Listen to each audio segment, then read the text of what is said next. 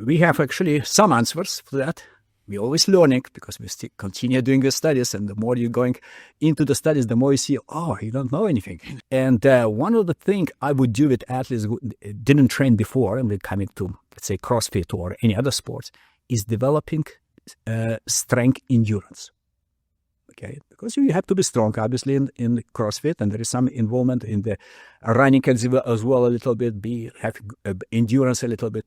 Strength endurance and endurance in general, that's a good, important thing to develop. At older age, you will be slower. You will never reach the same results as you in endurance sports as you would develop endurance at younger age, because you missed sensitive period of development. And that happens all the time.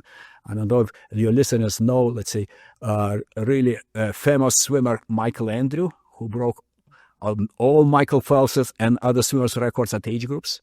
Now he's not improving anymore. What happened? And he was so sure, and his coach was so sure that, that's the best way to train. You don't need garbage yardage. You don't need like aerobic fitness. Just sprint, power, very specific work. Specific work doesn't lead to the success, because if with not enough endurance work, your muscles capitalization, as I thought, is low. Your recovery is slow. Eventually, you'll not be able to do good quality of work in one practice and during the week or during the season. Even you cannot handle multiple events in a row. And then athletes are obviously not improving as well. They stop in improvement.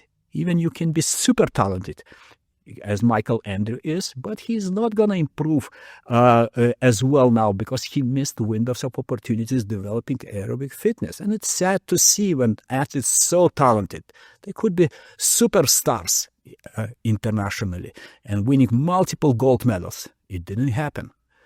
Michael Phelps was developed completely different with aerobic conditioning, really good recovery, and then built anaerobic condition power and strength on top of that.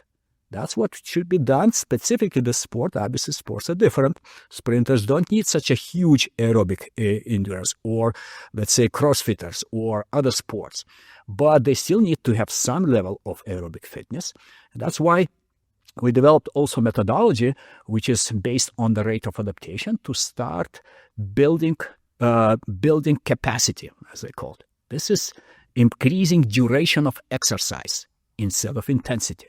So that's what I start to do with everyone who is coming, who never did that before. It's not about lifting the maximum weights at the beginning. No, let's build. Okay, at least build for several months, building number of repetitions, and then we go to the power phase. That's where you need to improve. Already you can improve maximum power, 1 repetition maximum, or other exercises. And the good thing about this approach, athletes will start recovery better. And because they're not lifting maximum weights, there will be much less injuries.